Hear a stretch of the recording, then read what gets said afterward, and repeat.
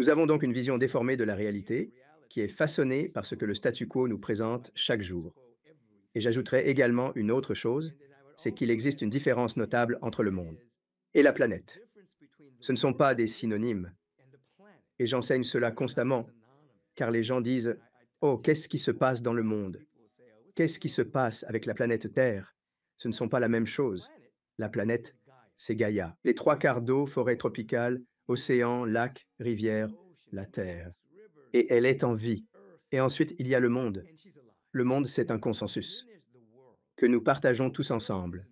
Nous avons des opinions, des points de vue, des perceptions, des positionnements, des accords. Quand vous vous mettez d'accord sur quelque chose, vous vivez dans ce monde.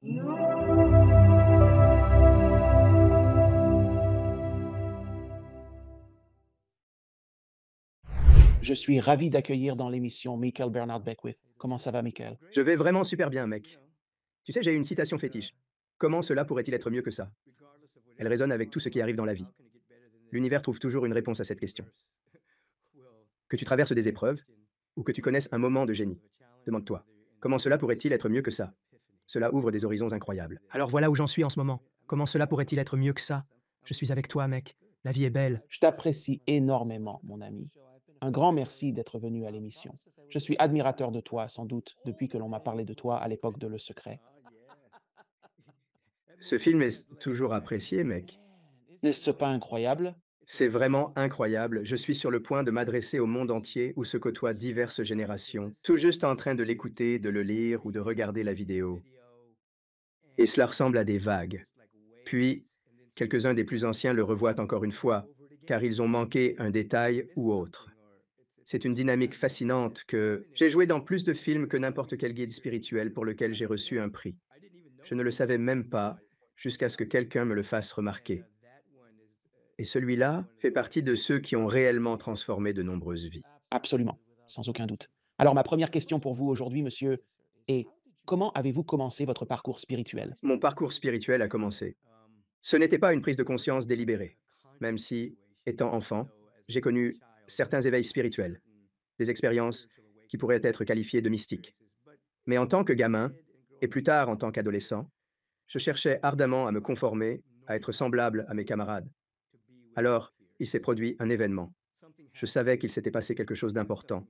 Je ne pouvais pas définir ce que c'était, et je ne voulais surtout pas être perçu comme bizarre. Alors j'ai fait de mon mieux pour normaliser ma conscience. Je me rappelle bien, mais à l'époque j'avais 11 ans. J'étais à Washington, D.C. Je suis originaire de D.C., mais j'ai grandi à Los Angeles. Et je revenais pendant l'été en restant chez ma grand-mère. Et c'était aux alentours de mon anniversaire. Je suis allé au magasin pour prendre quelque chose pour ma grand-mère. Et j'étais dans un rayon, et tout à coup, j'ai vu que la personne qui rangeait la nourriture dans le rayon à côté de moi allait laisser tomber un pot de nourriture pour bébé. Je l'ai vu comme si je l'avais devant les yeux. Alors j'ai couru très vite pour l'attraper avant qu'il ne touche le sol. Et il m'a regardé et il a dit: «Comment saviez-vous que ça allait tomber?» J'ai dit: «Je ne savais pas. Je ne pouvais pas l'expliquer». J'ai dit: «Je ne sais pas. Je l'ai juste vu». Bref, je rentrais chez moi ce jour-là, avec les courses. Ma mère, mon oncle et ma grand-mère sont paisiblement assis sur le perron, me regardant avancer vers eux. Ils me sourient, et je me dis en moi-même: «Je ne suis pas celui qu'ils imaginent». Ma grand-mère croit que je suis son petit-fils. Ma mère croit que je suis son fils. Mon oncle croit que je suis son neveu. Mais, en réalité, je ne le suis pas. Je suis autre chose, quelque chose d'indescriptible. Je n'avais pas de mots pour le décrire. Et donc, je me rapproche de plus en plus d'eux. Je me demande: que vais-je faire? Que vais-je faire? Et je suis devenu ce que je devais être pour eux. Je suis littéralement devenu à la fois le neveu, le fils et aussi le petit-fils. Puis, j'ai simplement et rapidement tout fermé. Donc, c'était comme en accéléré. Je suis en dernière année. Je suis à l'USC. J'ai été transféré de Morehouse College et je me spécialise en psychobiologie. Juste avant cela, j'ai fait une expérience déterminante qui m'a poussé vers l'USC, bien que je n'en comprenais pas l'essence. Néanmoins, j'ai pris la décision de m'y rendre, nourrissant le projet d'étudier en faculté de médecine. Et ici, je vous présente la version condensée. Bien sûr, bien sûr. Je commençais à vivre des expériences que j'interpréterais maintenant comme spirituelles. À l'époque, je ne comprenais pas leur nature. Je suspectais une maladie psychologique, croyant qu'il y avait un dysfonctionnement en moi. Ainsi, j'ai cessé de fumer de l'herbe pour confirmer que je ne devenais pas fou. Néanmoins, les expériences se sont intensifiées, culminant avec ce rêve lucide que j'ai fait pendant une période considérable où ces trois hommes étaient constamment à l'horizon, me poursuivant sans relâche, mais ils restaient toujours hors de portée. Mais chaque nuit, ils se rapprochaient davantage. Alors une nuit, ils étaient très proches. Je pouvais distinguer les contours de leur visage. Et j'ai regardé à ma droite, et j'ai vu cette petite tente, des milliers et des milliers de personnes essayant de se glisser dans cette toute petite tente. Mais je connaissais tout le monde dans la file, et je me suis dit, ces types ne peuvent pas me faire de mal. J'ai tous mes amis ici. Et un par un, ils m'ont tourné le dos. Deux des hommes m'ont maintenu au sol, et un autre homme m'a poignardé au cœur avec un couteau dentelé. La douleur était atroce, physiquement et émotionnellement, et je suis mort. Et quand je me suis réveillé de ça, je pouvais voir que nous sommes entourés par cette présence d'une beauté absolument immense. Mon appellation pour cette présence était l'amour-beauté. L'amour qui saturait mon être surpassait de loin toute expérience que j'avais connue dans ma vie humaine.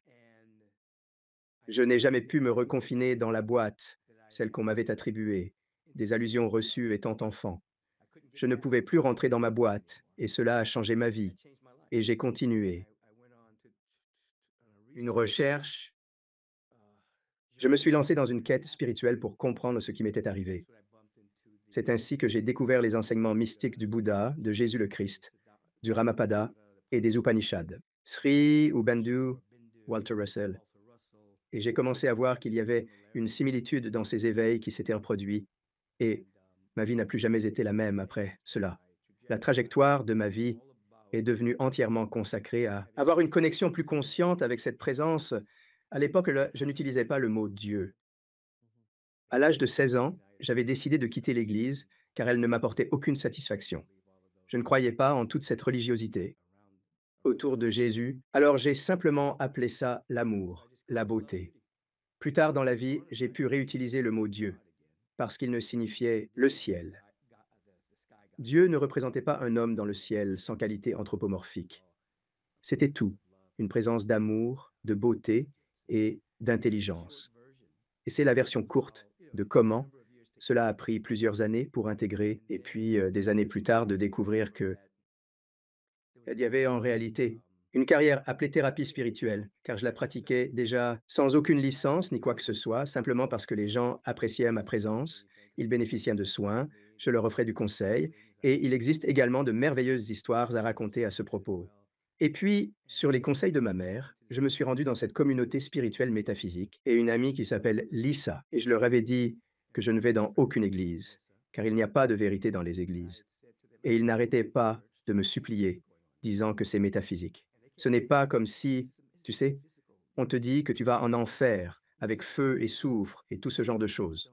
Alors, finalement, j'y suis allé. Et le monsieur s'appelait Dr Daniel L. Morgan, et il avait fondé l'Église de la science religieuse de guidance. Et alors que j'entrais dans le sanctuaire, je l'ai entendu dire, le paradis et l'enfer ne sont pas de simples lieux, ce sont des états de conscience. Et j'ai dit, il a raison. Cette vérité prononcée dans une église, c'est du jamais entendu. Quoi qu'il en soit, je m'assis. Je l'ai écouté. Le lendemain, je m'étais inscrit à l'un de ses cours. Et c'est alors que j'ai découvert qu'il existait quelque chose appelé un praticien spirituel. C'était un thérapeute spirituel agréé. Finalement, j'ai suivi cette formation. Je pense que c'était à l'époque un programme de 2 ans. Oh, la vache! Je suis devenu praticien à temps plein. J'ai fait ça. Je voyais 6 à 8 personnes chaque jour, 6 jours sur 7. J'animais des séminaires avant qu'ils ne deviennent populaires. Et puis là, finalement, je suis allé à l'école de la conscience supérieure, école de ministère. Diplômé, ça m'a pris 5 ans pour obtenir mon diplôme d'un programme de 3 ans. Car je ne cherchais pas à obtenir mon diplôme, j'étais juste là. J'aime simplement apprendre et passer du temps avec des personnes qui partagent cette passion. C'est en quelque sorte la version abrégée, ce qui s'est passé. Et ensuite, peu à peu, j'ai finalement réussi à établir une communauté spirituelle. Et ça a commencé à décoller. Ça continue de croître même maintenant. Nous avons eu une croissance exponentielle pendant le confinement et maintenant, je suis en mode service à plein temps. Comment puis-je vous être utile? Je n'aurais jamais dû poser cette question. Fais attention à ce que tu souhaites, mon ami. Comment puis-je me rendre utile? Et l'univers ne cesse de me révéler les manières dont je peux l'être, et je persiste à répondre par l'affirmative. Alors, Michael, lorsque tu as eu certaines de ces expériences mystiques et que tu commençais à remettre en question ta santé mentale, quels conseils pourriez-vous offrir aux individus dans l'auditoire qui pourraient traverser des éveils spirituels similaires dans leur vie personnelle et qui éprouvent de réelles difficultés à les appréhender? De nos jours, il est évident qu'une quantité bien plus importante d'informations est accessible, notamment grâce à des programmes tels que celui-ci, par rapport à l'époque où vous avez vécu ces expériences. Néanmoins, cela peut demeurer extrêmement terrifiant. Quels conseils judicieux leur prodigueriez-vous? Eh bien, tout d'abord, aujourd'hui, comme vous l'avez dit, moi, vous avez des cours de psychologie transpersonnelle. Ça n'existait pas il y a 40 ans. Tout cela était considéré comme des élucubrations. Ainsi donc, tout bon livre sur la psychologie transpersonnelle vous permettra de voir que ce qui semble être une crise psychologique est en réalité une percée. Donc je dirais, premièrement, n'essayez pas. Beaucoup de gens, particulièrement dans le monde occidental, lorsqu'ils traversent une crise intérieure d'éveil, beaucoup de gens pensent encore que c'est pathologique et ils vont prendre des médicaments, ils vont prendre une sorte de produit pharmaceutique pour en quelque sorte l'arrêter. Ainsi, ils peuvent avoir une sorte de répit de l'expérience. Et en fait, dans de nombreux cas, les individus interrompent l'énergie de leur propre transformation. Je ne prétends pas que cela se produise chez tout le monde. Il arrive parfois qu'il soit judicieux pour une personne d'entreprendre certaines actions afin d'apaiser le chaos intérieur et la souffrance qu'elle vit.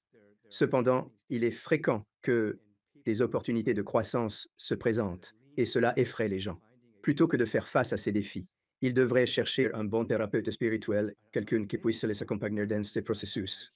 Un chaman véritable et non ces chamans de passage qui partent opéro pour 2 mois et reviennent en se proclamant chamans, mais quelqu'un de réellement authentique. Pour aider à naviguer à travers ce type d'éveil spirituel, qui, je pense, dans cette période de l'histoire humaine, se produit plus fréquemment, dans la sphère la plus récente de la planète. Ces tendances sur le plan vibratoire, je rassurerai les gens en leur disant qu'ils ne perdent pas la tête. Il y a quelques années, j'ai travaillé avec une personne qui vivait une véritable éveil de la Kundalini et elle était sur le point de se voir prescrire toute une série de médicaments et son mari était très nerveux. Quand je l'ai rencontrée, je lui ai dit: «Oh, je peux voir, elle ne perdait pas la tête, au contraire, elle la retrouvait». Et j'ai travaillé avec elle pendant quelques jours et elle a commencé à intégrer les fréquences supérieures. Elle transmettait véritablement des connaissances extrêmement puissantes. Son intuition était vraiment à son apogée et par conséquent, elle ne nécessitait aucun médicament. Elle a trouvé son équilibre. Et maintenant, elle et son mari sont de très bons amis à moi, au point que nous sommes associés en affaires, en fait. Et elle se porte à merveille. Elle a su puiser dans un génie très puissant en elle, mais elle était sur le point de se voir prescrire des médicaments. Malheureusement, j'ai eu l'opportunité d'intervenir et de démontrer. Pour elle et pour son mari, ce n'était pas une question de médicaments, mais plutôt celle d'un câlin, parce que la prochaine version d'elle-même était en train de naître, voyez-vous? Eh bien, vous disiez que de plus en plus de ces éveils se produisent actuellement, et je suis d'accord avec vous. Même au cours des 10 dernières années, les informations, c'est-à-dire ces conversations, comme lorsque nous parlons du secret, c'était l'un de ces films qui a, en quelque sorte, modifié la conscience à bien des égards. Il a semé des graines. Absolument, il a semé des graines. Oui, il a effectivement semé des graines. Pour débuter cette grande conversation, quelle est votre perception de ce changement global de conscience que nous sommes tous en train de traverser en ce moment? Car si l'on porte notre regard sur le monde, on entend souvent des gens affirmer que tout va de mal en pis, que la situation est la pire qu'elle n'ait jamais été. Il semble y avoir une augmentation des révoltes, des conflits armés, des turbulences politiques et de tout ce chaos. On a vraiment l'impression que tout part à la dérive. Sous un autre angle, cela semble effectivement être le cas. Pouvez-vous expliquer votre perspective? Eh bien, pour commencer, ce qui était autrefois périphérique est désormais au cœur des discussions. Ainsi, deux phénomènes se produisent sur la planète. Vous avez ce qui était considéré comme farfelu. Vous avez maintenant Bruce Lipton, le parrain de l'épigénétique. Vous avez des scientifiques du domaine quantique utilisant le mot conscience, affirmant que nous sommes tous des expressions holographiques. D'une seule source, d'une seule présence. Ils emploient un langage empreint de mysticisme, voyez-vous, qui s'inscrit pleinement dans la gestalt, dans cette mosaïque de langage et d'informations qui circulent désormais sans entrave conformément aux prophéties de nombreuses cultures autochtones pour notre époque actuelle.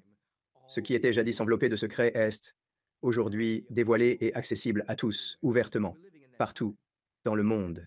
Et c'est précisément cette période que nous sommes en train de vivre. Cela vient s'ajouter au phénomène selon lequel la Terre elle-même résonne à une fréquence plus élevée, se montrant plus vibrante, plus vivante, que l'on adopte une perspective chamanique, voyant la Terre comme un être vivant, une mère qui s'éveille, ou que l'on se place dans un cadre scientifique, observant les changements à l'échelle humaine ou suivant les variations vibratoires de la planète, il est indéniable que sa fréquence augmente. Ainsi, tous ces éléments fusionnent pour engendrer un climat propice à l'éveil spirituel pour ceux qui choisissent de l'embrasser. Je veux dire, cela arrive, mais il est essentiel de s'engager dans le travail intérieur pour pouvoir choisir, pour se libérer du statu quo. C'est ce qui se passe en ce moment. On dirait que tout va de travers. Quant à ces paniers, je ne sais pas d'où ils viennent, mais il faut faire avec. Cependant, vous avez quelque chose qu'on appelle Internet. Vous avez ces médias d'information. Il y a des années, il fallait quelques jours avant qu'une nouvelle commence à se répandre dans le monde.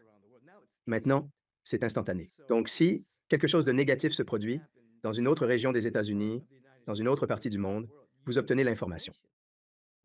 Et la plupart des informations que nous recevons par les médias représentent toujours le plus petit dénominateur commun de l'expérience humaine. On n'entend pas parler des résolutions, des médiations, des trêves, ni des guerres qui se terminent. Je veux dire, historiquement, nous sommes à un niveau très bas en termes de guerre sur la planète. Pourtant, les gens pourraient penser que nous sommes à un niveau record de guerre, mais ce n'est pas le cas. Il y a des facteurs qui utilisent la nourriture comme arme de guerre et la météo comme instrument de guerre, et d'autres choses de cette nature. C'est un autre débat. Donc il semble que tout est en train de partir en vrille. Cela n'est pas vrai. Et deuxièmement, cette apparence est en réalité ce que je vois plus comme une douleur de l'enfantement, d'une autre dimension qui émerge ou d'une autre manifestation du bien qui s'élève. Vous avez la conscience collective qui est en quelque sorte aérée. Ce qui était caché sous le tapis, psychique dans notre contexte psychique, devient maintenant visible. Et cela fait l'objet de reportages. Si quelqu'un dit des absurdités, il passe aux informations. Si quelqu'un est juste un type ordinaire assis dans une pièce à méditer sans causer de trouble, il ne va pas faire la une des journaux. Oh, Joe est assis dans son bureau aujourd'hui et il médite.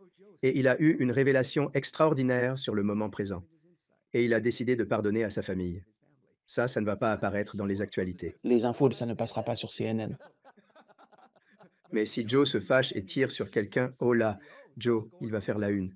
C'est sûr. Vous avez tout à fait raison. Nous avons donc une vision déformée de la réalité qui est modelée sur ce que le statu quo nous présente chaque jour. Et j'ajouterai encore une chose, c'est qu'il existe une différence significative entre le monde et la planète. Ils ne sont pas synonymes. Et j'enseigne cela constamment car les gens disent: «Oh, qu'est-ce qui se passe dans le monde? Qu'est-ce qui se passe avec la planète Terre?» Ce ne sont pas la même chose. La planète, c'est Gaïa, les trois quarts d'eau, forêt tropicale, océan, lac, rivière, la Terre. Et elle est belle et bien vivante. Et puis, il y a le monde. Le monde, c'est un accord que nous partageons tous les uns avec les autres. Nous avons des opinions, des points de vue, des perceptions, des positionnements, des accords. Lorsque vous vous mettez d'accord sur quelque chose, vous vivez dans ce monde.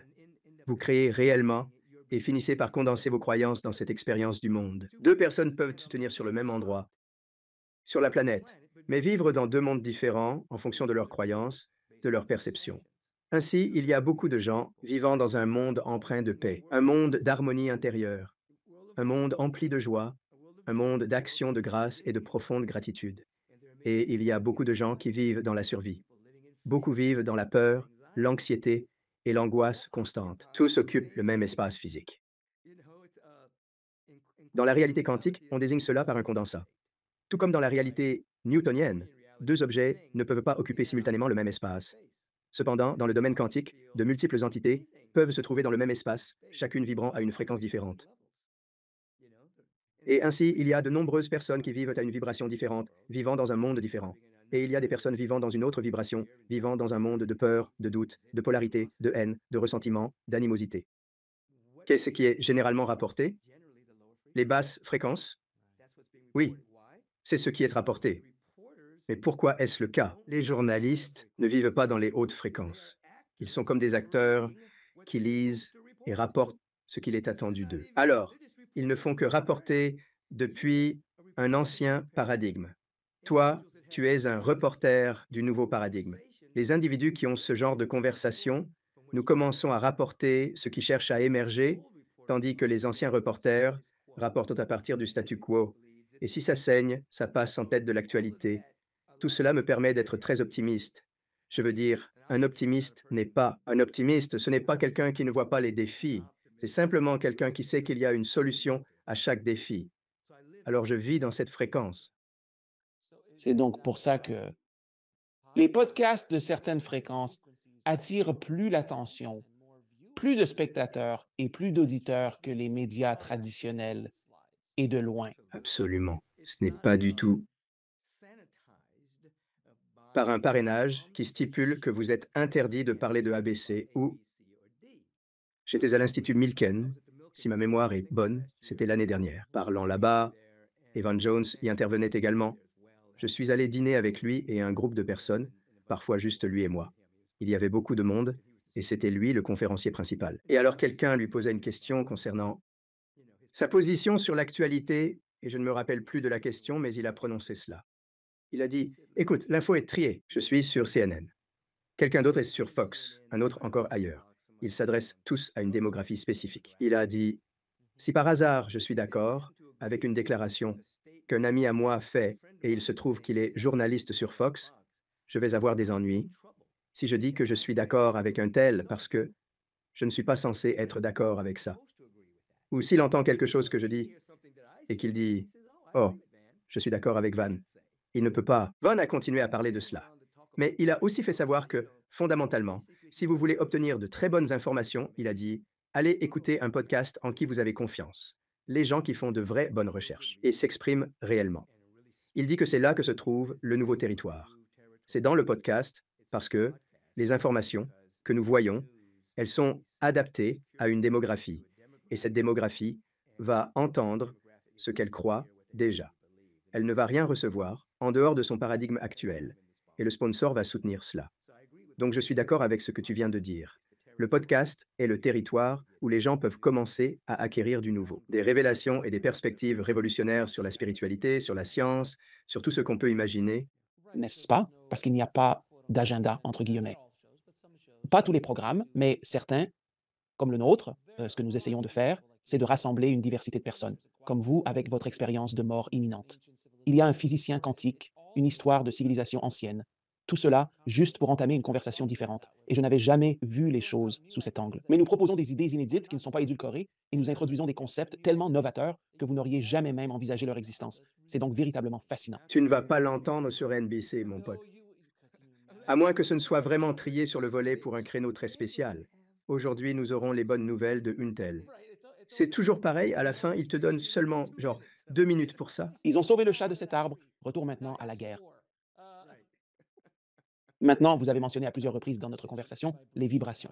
Je comprends ce que vous voulez dire par différentes vibrations à différents niveaux supérieurs. Dans le domaine quantique, il est envisageable d'avoir un objet qui persiste au même point dans l'espace et le temps tout en oscillant à des fréquences distinctes. Est-ce pour cela, pour rendre le concept plus abordable à ceux qui pourraient ne pas le comprendre? Est-ce pour cette raison que certaines personnes sont attirées par des individus tels que vous? Comme vous l'avez mentionné, les gens apprécient d'être en votre compagnie. Vous préférez être entouré de personnes qui résonnent avec votre manière de penser. Ne serait-ce pas plutôt parce que vous vous trouvez parmi des individus qui sont en résonance sur une longueur d'onde vibratoire similaire à la vôtre? Oui, oui, cela est vraiment sympa. Les oiseaux semblables volent ensemble. En maintenant une vibration et fréquence particulière, vous attirez et rayonnez, rencontrant des individus semblables. Souvent, on ressent une familiarité, comme si on se connaissait depuis toujours. C'est comme si vous proveniez en quelque sorte de la même source. Vous avez eu des aperçus et des révélations différents. Et nous avons un corps, mais nous ne sommes pas un corps. Nous sommes davantage des êtres vibratoires que toute autre chose. C'est principalement de l'eau ou une sorte d'eau tout à fait particulière qui réside en nous, et tout le reste n'est constitué que de fréquences et de vibrations. Et c'est pourquoi, si les gens écoutent, si leur microbiote est sain et que leur intestin est propre, ils peuvent avoir une réaction viscérale à quelque chose. Ils peuvent être près de quelqu'un et simplement ressentir. Je ne souhaite pas me lancer dans une entreprise avec cette personne Oui, il a vraiment l'air convaincant, mais je pressens qu'il y a des pièges cachés derrière ces mots séduisants. Ils peuvent dire non. Vous pouvez rencontrer quelqu'un d'autre. Et ça n'a pas l'air d'être le genre de personne avec qui vous traîneriez, mais vous vous sentez comme très proche. Cette personne peut être un partenaire, un ami, un associé en affaires. La vibration est sympathique et la fréquence est très élevée. Si vous écoutez avec votre être, vous avez souvent raison. La première intuition est la bonne. De votre point de vue, comment définiriez-vous une personne spirituellement éveillée? Avec tous ces éveils qui se produisent, comment le définiriez-vous de votre perspective? Eh bien, pour commencer, il faut définir le mot spirituel. N'a rien à voir avec une religion. Les mots spirituel, éternel sont tous interchangeables. Nous sommes tous des êtres spirituels. Nous sommes tous des êtres éternels issus de l'éternité. Donc, un être spirituel, un être éveillé, est celui qui a pris conscience de cela. Il est sorti de la somnambulie. Ils se sont libérés de l'hypnose collective, de croire qu'ils sont séparés de leur source originelle, séparés du divin, séparés de l'amour universel, de l'intelligence infinie, de la beauté absolue. Ils ne vivent pas dans l'isolement en pensant qu'ils sont séparés de la vie elle-même.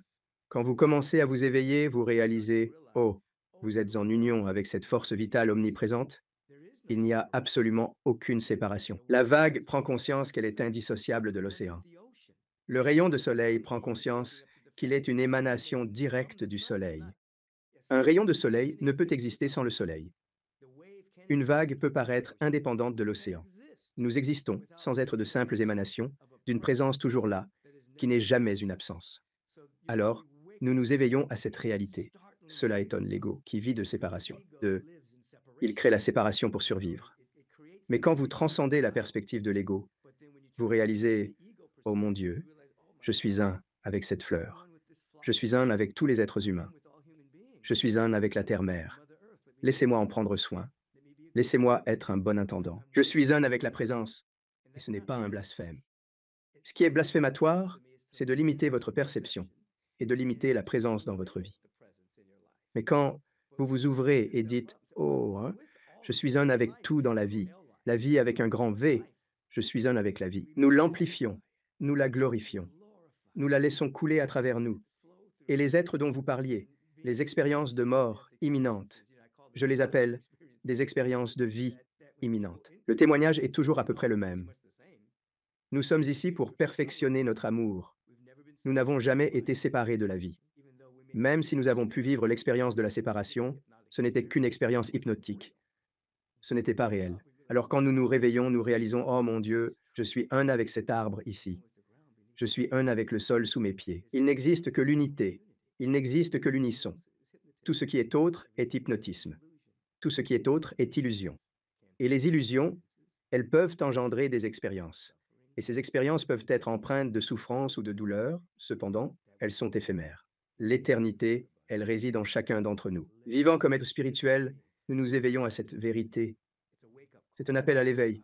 Oh mon Dieu, j'ai été comme un courant dans la vie, angoissé et effrayé par quelque chose qui n'existe pas réellement. N'est-ce pas? C'est bien pour cela les expériences de mort imminente. La plupart de ceux à qui j'ai parlé, sinon tous, reviennent totalement transformés avec cette prise de conscience exacte, lorsqu'ils entrevoient et se disent: «Oh, tout ceci est une illusion. Nous sommes ici pour ne faire qu'un avec tout. C'est la métamorphosis». Espérons donc que nous n'ayons pas à mourir pour obtenir cette transformation. Eh bien, c'est cela. On croyait autrefois qu'il fallait mourir pour entrer au paradis. La nouvelle spiritualité, c'est non.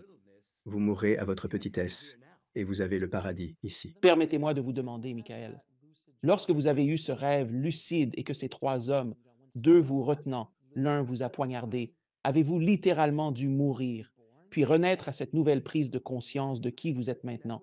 C'était mon expérience. Ce n'est pas le cas de tout le monde. Non, bien sûr, mais c'était très douloureux. Et quand je me suis réveillé, un changement s'était produit. Et il s'est produit de manière si spectaculaire que la plupart des amis que j'avais à ce moment-là, j'ai perdu ces amitiés. Ils ont pensé que j'avais pété les plombs. Et parce qu'ils me connaissaient davantage comme un savait changer le monde par tous les moyens nécessaires, j'étais une partie, connaître différents groupes pour aider à changer le monde selon notre savoir particulier. Je vendais de l'herbe à l'époque, pour financer mes études à l'USC. Et tout s'est soudain arrêté. C'était comme si je n'avais plus jamais plané. Je n'ai plus bu d'alcool non plus. De toute façon, je n'étais pas un grand consommateur d'alcool, mais je n'ai plus jamais fumé. Tu sais, ça s'est juste arrêté comme ça. Et ainsi, j'ai perdu mes amitiés. Et il est arrivé une période où j'étais seul. Je ne me sentais pas seul. Mais en réalité, j'étais seul. Je n'avais pas beaucoup d'amis. Je me souviens bien de ces deux choses. J'ai pris le temps de rencontrer chacune des personnes avec lesquelles je passais du temps à cette période de ma vie pour leur annoncer que le monde spirituel est réellement existant. Ce n'est absolument pas une création de mon esprit. Les activités que je pratiquais auparavant, je ne les pratique plus désormais, et puis ça s'est arrêté. Ensuite, je suis allé chez un autre ami. Il s'appelait Reggie. Sa femme était assise dans le salon, puis s'est levée. Je suis entré et lui ai dit, écoutez, j'ai eu une expérience révolutionnaire. Cela a changé ma vie. Il y a vraiment plus que notre réalité visible.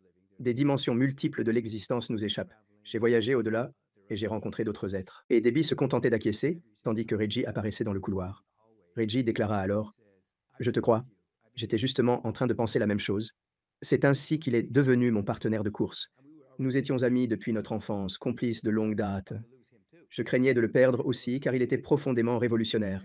Il s'engageait aux côtés des Black Panthers et la religion constitue l'éveil des peuples. Et il a dit, je te crois. Alors il est devenu mon partenaire de course. Et nous sommes allés voir tous les gourous, tous les retraites de méditation. Nous avons pris de l'argent, contrôlé nos esprits. Nous avons tout fait ensemble. Et au final, il a décidé de changer son nom en Nirvana. Et il est devenu pasteur. Il nous a quittés maintenant. Et puis l'autre chose qui est arrivée, c'est que j'étais assis. J'avais l'habitude, travaille pour le maire de Los Angeles. J'ai travaillé pour le maire Bradley. Je gérais toutes les affaires des personnes âgées dans le 8e district du conseil. Mais j'étais seul. J'étais, disons, autonome. J'ai eu cette révélation spirituelle. J'étais l'étrange de service, en quelque sorte. J'enseignais la métaphysique à l'heure du déjeuner à ceux qui étaient curieux. Et un jour, pendant que j'étais assis à mon bureau de terrain, prenant mon déjeuner à l'extérieur, en levant les yeux, j'ai aperçu cette immense sphère lumineuse ornée de couleurs splendides. Je ne pouvais que fixer cette sphère de lumière, intrigué par sa nature. Et après un moment, lorsque mes yeux se sont adaptés, j'ai réalisé que c'était une personne. Et je contemplais son aura, incroyable. Et je me suis approché pour lui parler, et elle était membre de la communauté de l'autoréalisation, et elle pratiquait la méditation, et elle est devenue l'une de mes premières amies, parce que nous nous comprenions mutuellement. Était, tu sais, une novice de Mahanta Yogananda. Et moi, je pratiquais et cultivais mes propres expériences en solitaire. Nous sommes devenus de très bons amis. Alors, ces deux personnes étaient parmi mes premiers amis sur ce chemin que j'ai suivi. Je le savais instantanément dans mon cœur. Ouais. Alors, Michael, pourquoi penses-tu que ces éveils se manifestent à cette période précise de notre histoire? Je veux dire, de manière générale, nous avons évoqué la vibration de la Terre, mais est-ce vraiment cela la cause? Parce que si on se retourne 40 ou 30 ans en arrière, il n'y avait rien de comparable. Aucune conversation de ce genre, et encore moins si l'on remonte à 100 ans. Toi et moi, on aurait été pendus. Eh bien, les femmes auraient été brûlées vives sur le bûcher, et les hommes auraient été crucifiés. Tout à fait. Il s'agit de l'archétype. À peu près, à peu près. Alors, quelle est votre opinion? Eh bien, ce qui se passe, c'est que vous avez une intensité de nécessité. C'est comme avec l'urgence climatique à laquelle nous sommes confrontés, la pollution. L'océan, qui est excessivement pollué et surpêché, et la forêt tropicale qui est en train de disparaître. Il y a des problèmes systémiques. Le complexe industriel carcéral. La politique est folle. On dirait des collégiens au pouvoir. Ils ne font qu'exacerber la polarisation comme s'ils étaient encore au collège. Non, c'est de sa faute. Absolument de sa faute. C'est entièrement de sa faute. Alors, les gens égocentriques se présentent à ces postes. Et il y a quelques déclarations là-dedans, mais les trois quarts d'entre eux ont reçu de l'argent des entreprises pharmaceutiques au Congrès. Donc, vous avez tous ces gens de niveau collège qui essaient de juste de nourrir leur gloutonnerie. Donc, vous avez tout cela qui se passe sur la planète. Ce n'est pas seulement l'Amérique. La Grande-Bretagne n'est pas meilleure que nous en termes de politique et d'autres pays. Je pense donc que je suis. Une crise mène à une percée significative. Si vous considérez la métaphore souvent utilisée de la chenille se transformant en papillon, la chenille mange, ensuite manque de nourriture, Elle commence à filer, elle entre dans son cocon, mais elle se liquéfie. Les cellules imaginaires du papillon commencent à apparaître. Les cellules imaginaires sont initialement détruites par le système immunitaire de la chenille. Il élimine les nouvelles cellules qui vont donner naissance au papillon, parce que c'est étranger, c'est différent, puis finalement, les cellules imaginaires se multiplient si rapidement qu'elles surpassent le système immunitaire de la chenille et une nouvelle créature naît. De la chrysalide émerge une créature différente. Elle peut voler. C'est un papillon. Eh bien, je pense que nous sommes en plein dans l'émergence de quelque chose de nouveau. La cellule imaginaire, je veux dire, le système de défense de l'ancien, élimine-le ce nouveau, les traitant comme des fous, charlatans fanatiques. Il n'y a aucune science derrière l'expérience de mort imminente, etc., etc., etc. Que ce soit dans le domaine de la santé, avec des méthodes alternatives de guérison, ou dans celui de l'éducation. Il semble toujours se tenir sur des branches fragiles, en marge. Néanmoins, cela se diffuse.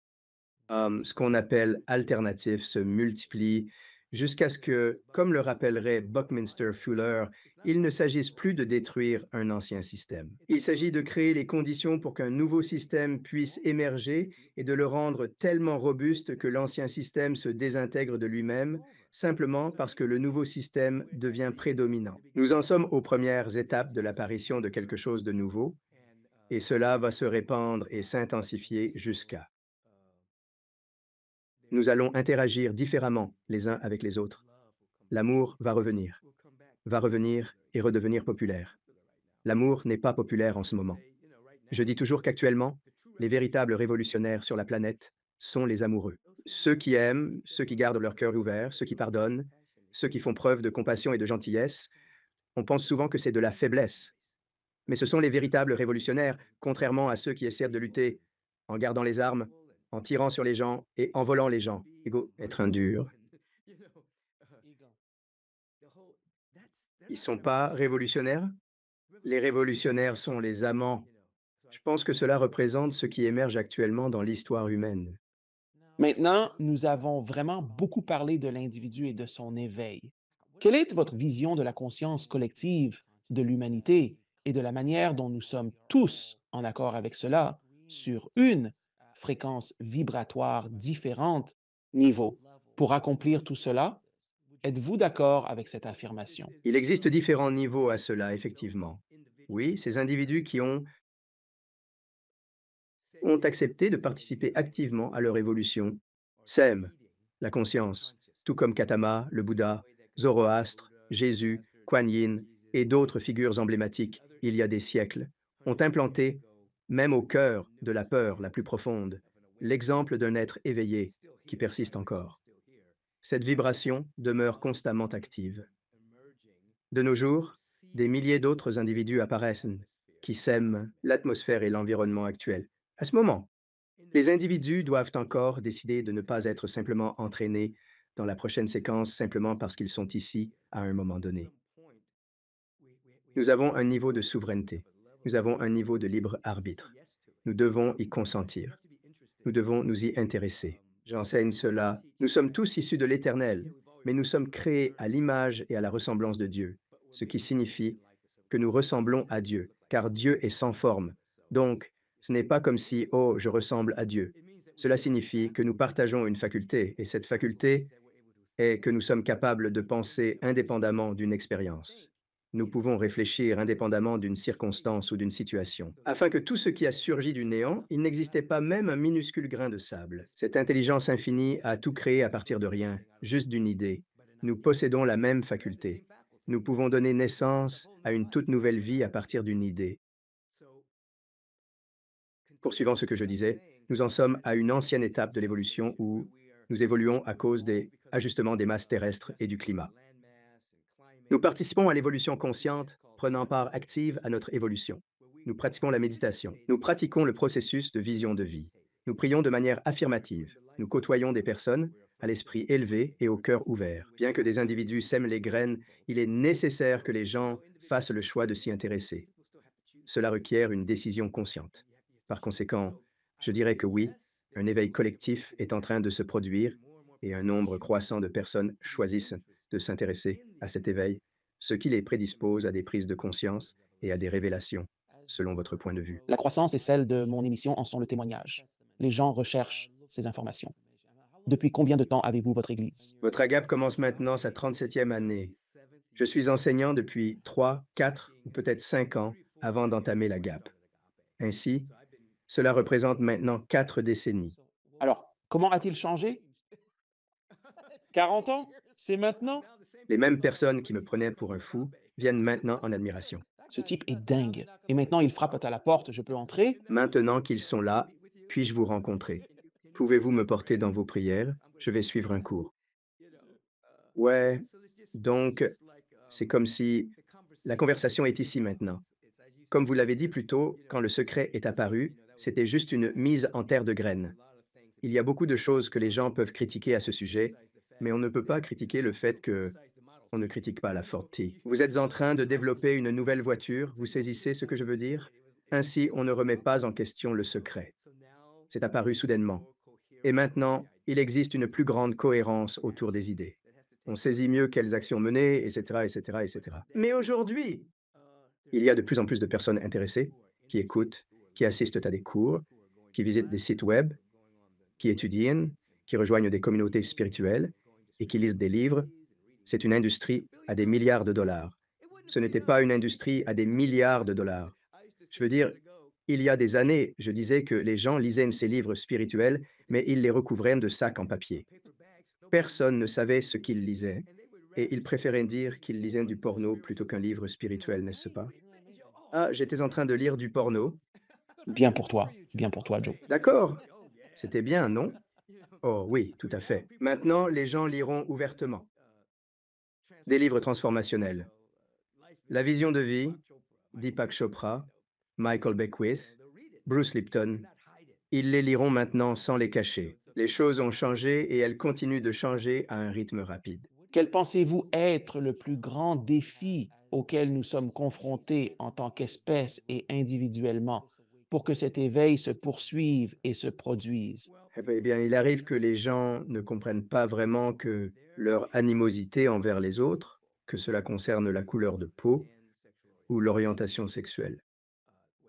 Peu importe leur position politique, ils ne réalisent pas qu'ils sont manipulés. En réalité, ils sont littéralement hypnotisés pour ressentir de la haine. C'est un aspect du contrôle d'une civilisation. Vous créez cette atmosphère.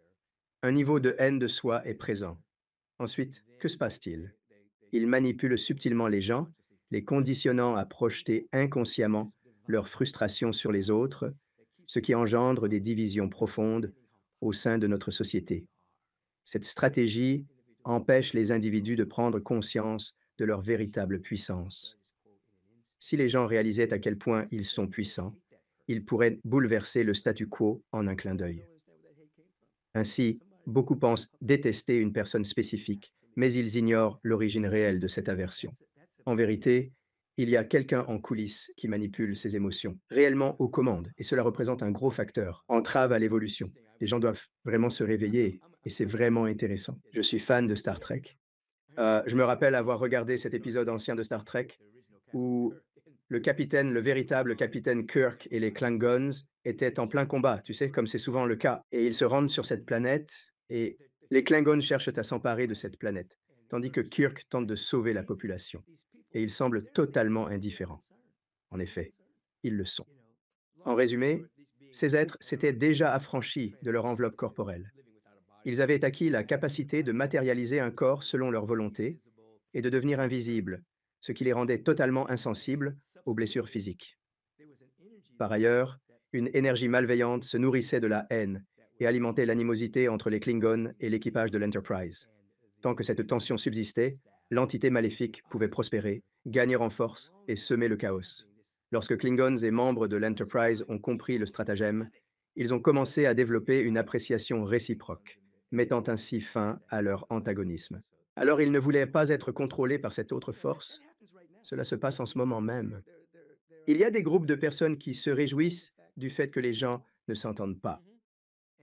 Et il existe vraiment des personnes qui pensent, oui, ils entretiennent réellement ces idées. Leur esprit est détourné et cela signifie que leur haine n'est pas authentique. Ainsi, cela représente l'un des obstacles. Et nous avons déjà abordé certaines des problématiques systémiques dans notre culture mondiale auxquelles nous sommes tous confrontés simultanément. Et puis, il y a encore des individus matérialistes qui, si vous ne pouvez pas le sentir, le voir, le goûter, le toucher ou l'entendre, pour eux, ce n'est pas réel. Et donc, nous qualifions ces individus de limités dimensionnellement. Ils vivent uniquement en 3D. Imaginez vivre toute une vie en seulement 3 dimensions. Quelle monotonie. Et puis, à la suite d'une crise, d'une expérience de mort imminente ou d'un autre événement marquant, ils commencent à prendre conscience qu'il existe bien plus que le sensorium, bien plus que ce que nos sens peuvent physiquement percevoir ou entendre, une réalité qui nous enveloppe, qui est constamment là. Donc voilà certaines des choses qui entravent notre perception élargie. Voilà. Tellement intéressant. Star Trek et pour moi, c'était Star Wars. Comme vous pouvez le voir, j'ai un Yoda derrière moi. Oui, moi aussi j'apprécie les guerres. Oui, c'est vraiment fascinant de constater que ces 2 univers, à l'instar des récits en général, qu'ils soient cinématographiques ou littéraires, fonctionnent également comme des semeurs de graines.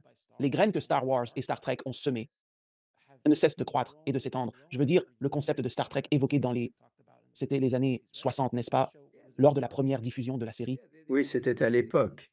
Ils abordaient de nombreux sujets avant que ce soit à la mode.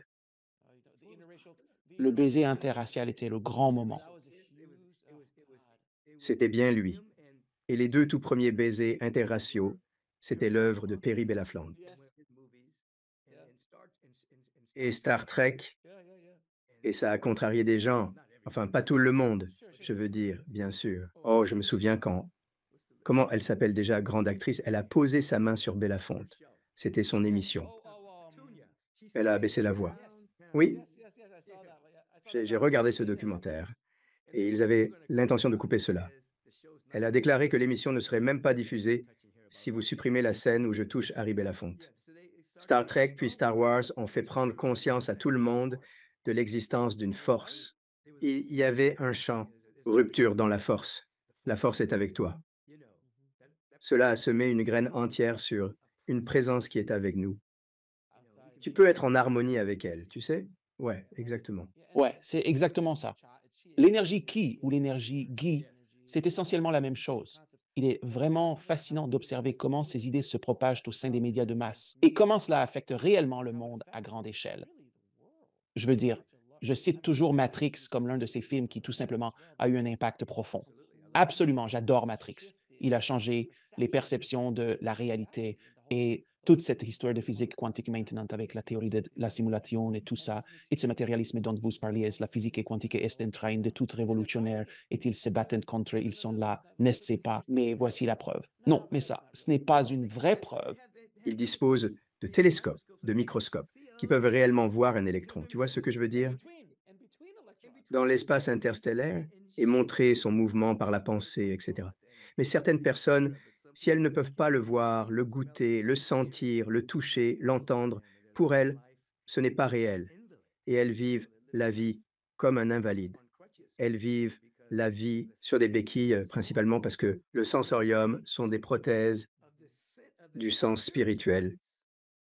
Et ils vivent avec la prothèse plutôt qu'avec le véritable sens. Eh bien, regardez, et c'est l'effet Galilée. C'est le Galilée. Ne regardez pas.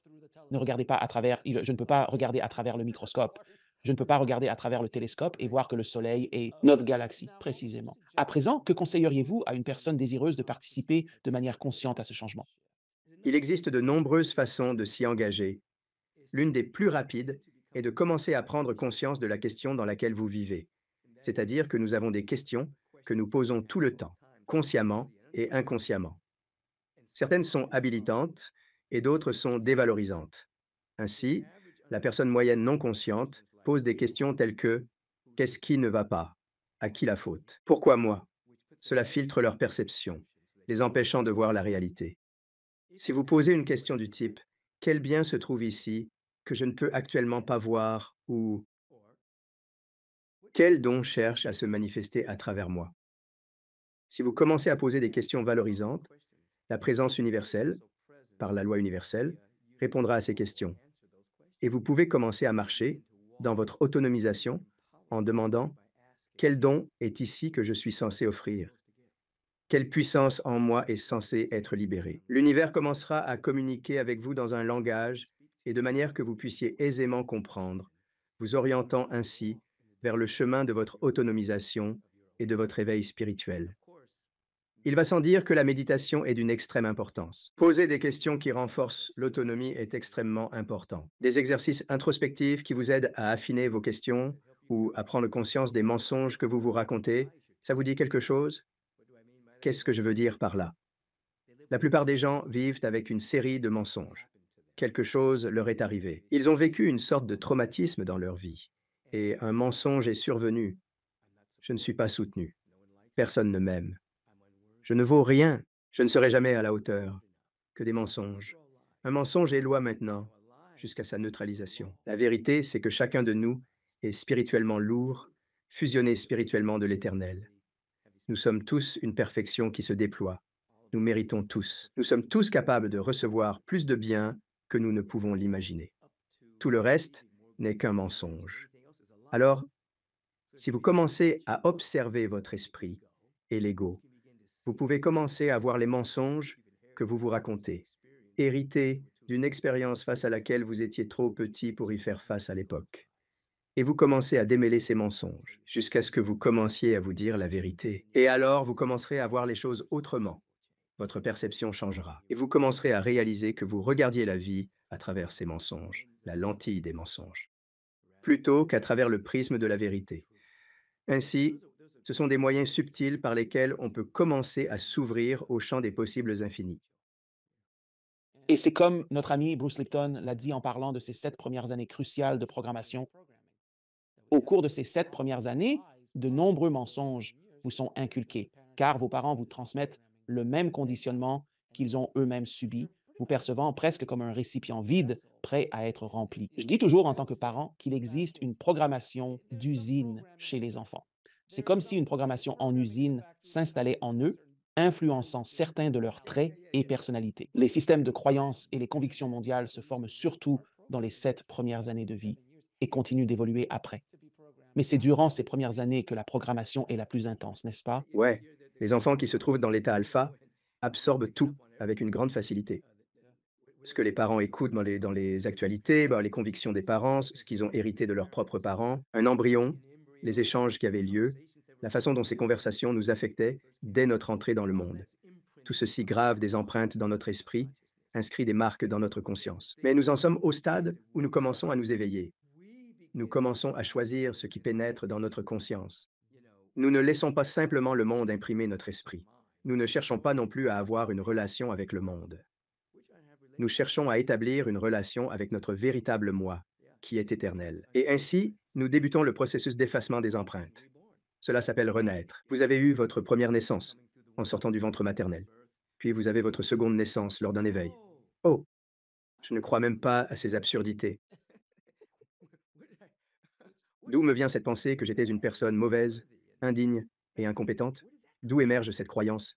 C'était comme un vaste océan de déchets mentaux. Eh bien, permettez-moi de poser cette question.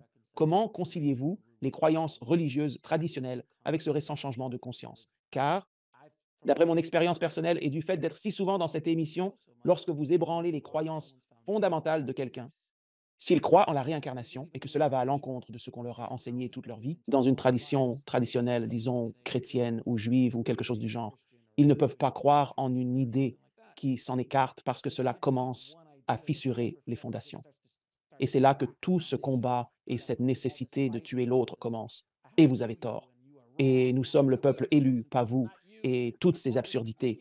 Alors, comment les gens réconcilient-ils s'ils sont intéressés par cet éveil de la conscience, mais qu'ils ont ce fardeau des croyances religieuses traditionnelles? Comment font-ils pour concilier les deux? Eh bien, quand quelqu'un est dans douleur ou crise, finalement, ils commencent à se poser d'autres questions et parviennent à une prise de conscience que les enseignements que l'on parle de Gautama, le Bouddha, de Yeshua ben Joseph, Jésus, le Christ, ou de n'importe quel autre maître spirituel. Ce dont ils parlent, c'est assez différent de la religion qui s'est formée autour de ces figures au fil du temps.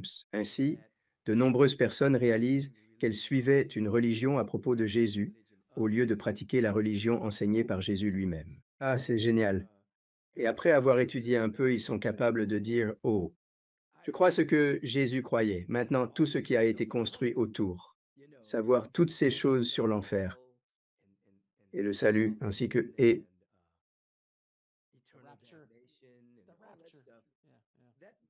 cela a été conçu et créé par des hommes sans aucun rapport avec les enseignements traditionnels.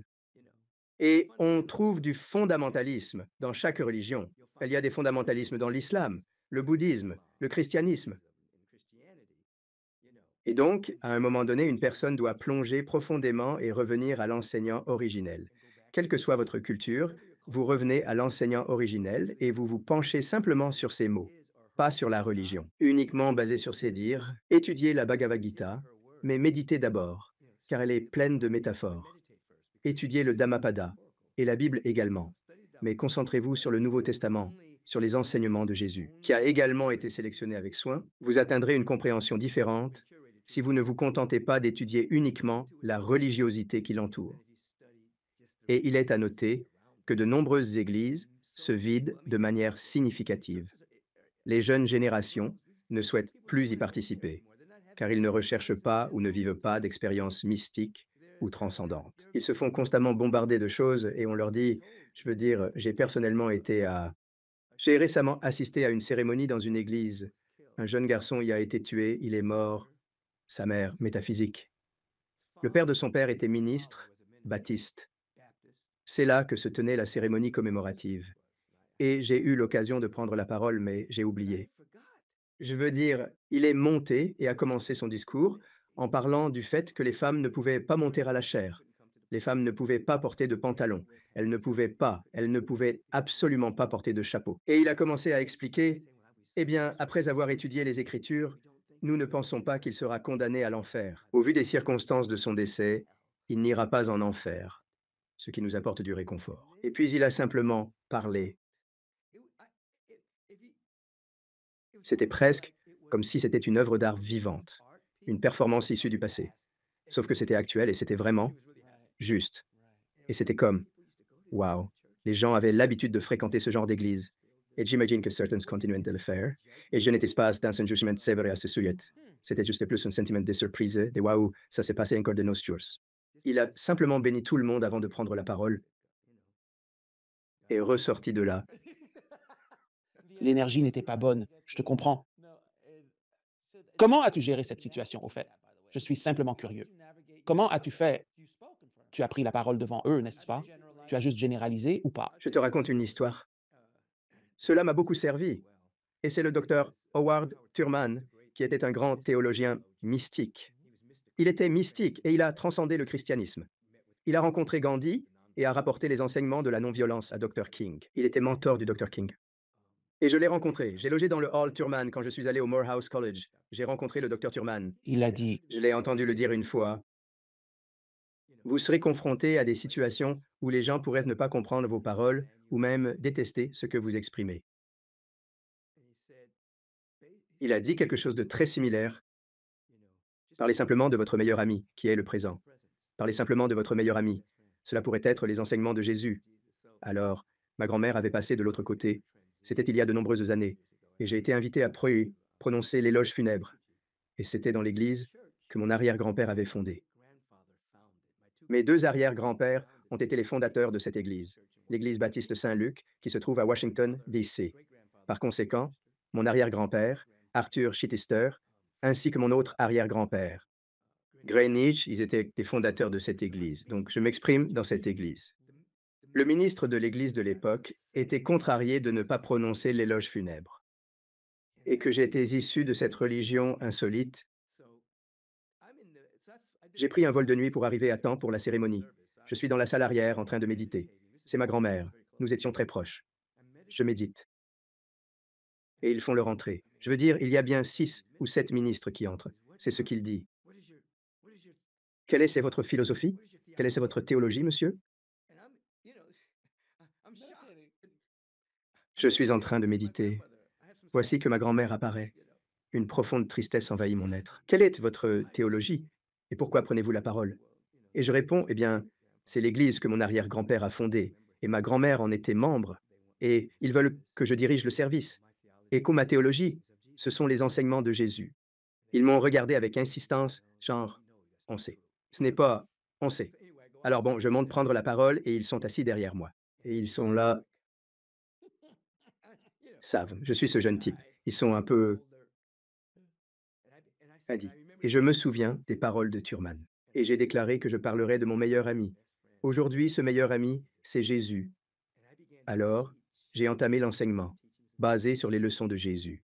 J'ai commencé à enseigner que le royaume des cieux était proche, que le royaume de Dieu était en nous. Tous les enseignements, il vous sera fait selon votre foi. Le sol sur lequel tu te tiens est sacré simplement parce que tu y es présent.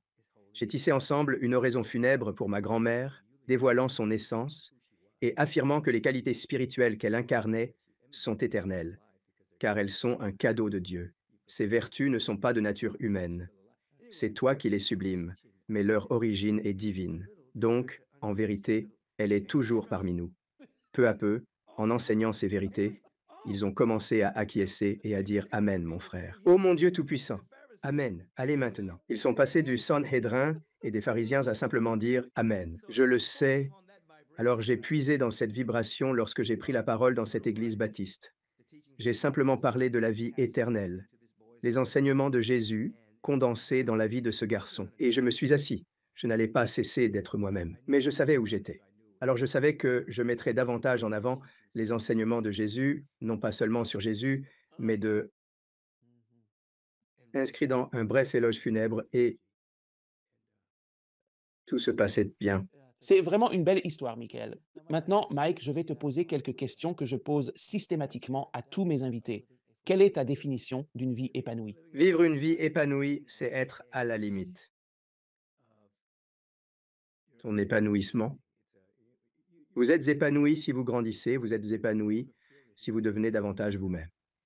Et en grandissant et en devenant davantage vous-même, vous devenez un être générateur. Cela signifie que vous êtes ici pour contribuer, pour servir, pour donner. C'est un rayonnement de compassion, de gentillesse, de générosité, et dans le domaine où vous êtes doué, tout le monde ne peut pas tout faire, mais tout le monde est là pour partager et donner quelque chose. Alors, vous n'êtes pas épanoui si vous vous contentez de prendre. Si vous avez juste vécu une vie à accumuler des choses, vous avez vécu une vie pleine. Vous vivez une vie pleine si vous faites circuler, si vous partagez, si vous brillez, si vous rayonnez et donnez, et que vous êtes à la frontière d'une plus grande découverte de qui vous êtes. Voilà l'idée. Vivre sur le fil. Si vous ne vivez pas sur le fil du rasoir, vous occupez trop de place. Magnifique, mon ami. Maintenant, imagine que tu puisses monter dans une machine à remonter le temps et retourner en arrière pour parler au jeune Michael. Quel conseil lui offrirais-tu? Vous me posez une question concernant un événement qui s'est réellement produit dans ma vie. Tout d'abord, où est la machine à voyager dans le temps et puis-je faire un tour? J'étais encore un enfant, à l'âge de 26 ans. 26, 27, j'ai eu mon éveil spirituel. Cela faisait 3 ans que j'étais dans cette voie et j'avais été invité à parler au centre pour personnes âgées dans la vallée. Je n'avais aucun diplôme à cette époque. C'est juste que, Michael, les gens m'appréciaient tout simplement. Ils voulaient être à mes côtés. Ils voulaient que je vienne parler. Alors je conduisais vers la vallée. Je me pose des questions sur l'avenir de mon existence. Que vais-je faire de mes jours à venir? Cette prise de conscience m'a frappé récemment. Les gens semblent jouir de ma présence. Ils viennent vers moi pour obtenir des conseils et me font l'honneur de m'envoyer des présents. Mais rien ne s'était matérialisé, c'était comme si savait et avait emploi. Je garde toujours le souvenir de ce jour où il avait plu. Et puis la pluie s'est arrêtée, le soleil a percé à travers les nuages. C'est vraiment une belle journée. J'ai eu une vision. Cette vision, Michael. Mon avenir. Michael est venu à moi et a dit, Michael, ne t'inquiète pas pour ton avenir. Continue ce que tu fais. Je suis là. J'ai réussi. Je vais bien. Continue simplement ce que tu fais. Tu seras guidé. Et je suis sorti de cette sorte de transe. Je suis allé faire la conférence. La conférence a bien marché. Les gens ont adoré mes propos. Mais maintenant, avançons vite. C'était dans les 70, fin des années 70 quand c'est arrivé. Alors, allons vite. Nous sommes fin des années 80, début 90. Je prêche un mercredi soir à Agape International. Il est survenu un moment de transcendance. Une énergie puissante circulait alors en moi. Je suis en train de rentrer chez moi et je me sens très ému. Je suis pleinement conscient d'être, pour ainsi dire, dans un état modifié. C'est un état de cohérence authentique. Néanmoins, je suis au volant. Lorsque je suis arrivé dans mon allée, je m'apprête à utiliser la télécommande pour entrer dans mon allée et dans mon garage, et j'ai une vision. Dans cette vision, je vois Michael. Il a 26, 27 ans. Il conduit vers la vallée. Il se pose la question: que vais-je faire de ma vie? Et je dis à Michael: Michael, continue de faire ce que tu fais. Je suis présent. J'ai réussi. Nous sommes dans une bonne position, mon ami. Poursuis sur cette voie. Ne redoute pas l'avenir. Tu fais les bons choix. Continuez à écouter. Je suis en train de lui parler. Ainsi, j'ai vécu l'expérience d'être le jeune Michael qui pose des questions et ensuite d'être le Michael plus âgé qui y répond. Et je dis: j'ai fondu en larmes. J'ai juste commencé à pleurer. Je suis dans mon allée, juste en train de pleurer. Je suis resté assis dans ma voiture pendant longtemps, juste à pleurer, sur le sens de tout cela. Et puis, juste au-dessus, à ma droite, ici en haut, il y avait, disant: encore plus viendra à travers toi, comme ça. Alors, j'ai dit à Michael: ça va aller, continue ce que tu fais. Je pense que si je pouvais parler au jeune Michael, j'irais voir ce gamin de 11 ans, à l'époque où il commençait à prendre conscience de lui-même, et je lui dirais: hé, mec, tu es en train de t'éveiller. Ne te réduis pas pour le monde, même si. Ne te réduis pas pour le monde. Parce que ce qui s'est passé, c'est que je me suis de plus en plus rapproché de ma mère, de ma grand-mère et de mon oncle. Et je ne savais pas quoi faire parce que ce qu'ils voyaient en moi n'était pas qui j'étais. Je n'étais pas juste un fils, un neveu ou un petit-fils. J'étais autre chose. Mais je ne trouvais pas les mots pour l'exprimer. Je ne savais pas ce que c'était. Et je me suis effacé. J'ai joué le rôle de Michael, le petit Michael. Je dirais à Michael de ne pas faire ça, de ne pas se réduire, car il s'est rétréci quelquefois dans la vie, jusqu'à cette ouverture. À l'université, je me suis parfois rétréci. Ne te replie pas, tu vas bien, reste ouvert. C'est bien, je lui dirais de rester ouvert. Comment définissez-vous Dieu? Amour, intelligence, beauté omniprésente, une présence constante qui n'est pas une absence, qui ne vient ni ne part. Pas besoin de prier pour que Dieu vienne, car la présence divine est omniprésente. Cette présence est partout autour de nous. C'est en fait la vie avec un grand V, consciente d'elle-même et de son essence. Et au final, quel est donc le but ultime recherché? De la vie, le but ultime de notre existence.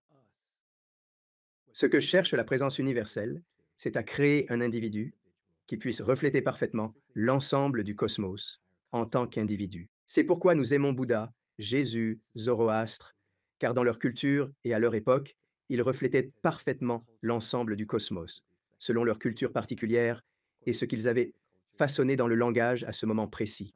Ainsi, notre but est réellement de révéler la présence selon notre unicité. Il n'y a pas deux personnes identiques. Nous avons donc la possibilité de refléter parfaitement. Et qu'est-ce que c'est? C'est l'amour, c'est la beauté, c'est l'intelligence, c'est l'ordre, c'est l'harmonie, c'est l'abondance, c'est tout cela. C'est ce à quoi l'univers s'attelle, produire un individu capable de révéler parfaitement cela. Et où les gens peuvent-ils en apprendre davantage sur toi et sur l'incroyable travail que tu accomplis dans le monde, mon ami? Il y a plusieurs moyens. Vous pouvez rendez-vous sur le site agapelive.com. C'est la porte d'entrée directe vers la communauté spirituelle. Je parle là-bas tous les dimanches. 3 services, un service de méditation et 2 célébrations de culte et de communion. Vous pouvez écouter mon podcast. Il s'appelle Reprenez le contrôle de votre esprit. J'y invite des intervenants et nous avons d'excellentes discussions. Parfois, je fais ça en solo et je réponds simplement aux questions. Vous pouvez aller sur ma page Instagram, j'y fais quelque chose tous les jours. Je publie une sorte de ce que je considère comme un message motivant, éducatif et inspirant. Je fais toujours quelques lives sur Instagram, tous les mercredis matins. Ma page Facebook est désormais en ligne. Vous pouvez aussi visiter directement le site michaelbeckwith.com. Bien que le site soit actuellement en cours de refonte, il demeure accessible au public et nous travaillons à l'améliorer pour fournir un niveau de service encore plus élevé. Souhaitez-vous transmettre un message de départ au public? Je dirais à tous, écoutez bien, je pourrais dire que vous êtes une pièce unique, incarnation même de la vie. Il ne te manque rien, n'est-ce pas? Ne recherches-tu pas ta paix qui fait défaut? Les réponses sont en toi. Plonge profondément en toi-même pour les découvrir. Recherche une pratique spirituelle qui te parle et qui résonne avec toi en ce moment. Et tu découvriras qu'il n'y a pas de porte fermée dans cet univers multidimensionnel. Tu traverseras ce que tu perçois comme une porte dans l'abondance de ton être intérieur. Sois libre. Sois libre. Mon ami, merci énormément d'être venu à l'émission. Ce fut un réel plaisir et honneur de discuter avec toi aujourd'hui. Continue ton travail exceptionnel pour notre planète et aide-nous à s'éveiller. Merci encore, mon ami. C'est ma joie. Merci pour cette invitation. Merci de regarder. Cliquez sur une des vidéos ci-dessous pour poursuivre votre voyage et n'oubliez pas de vous abonner.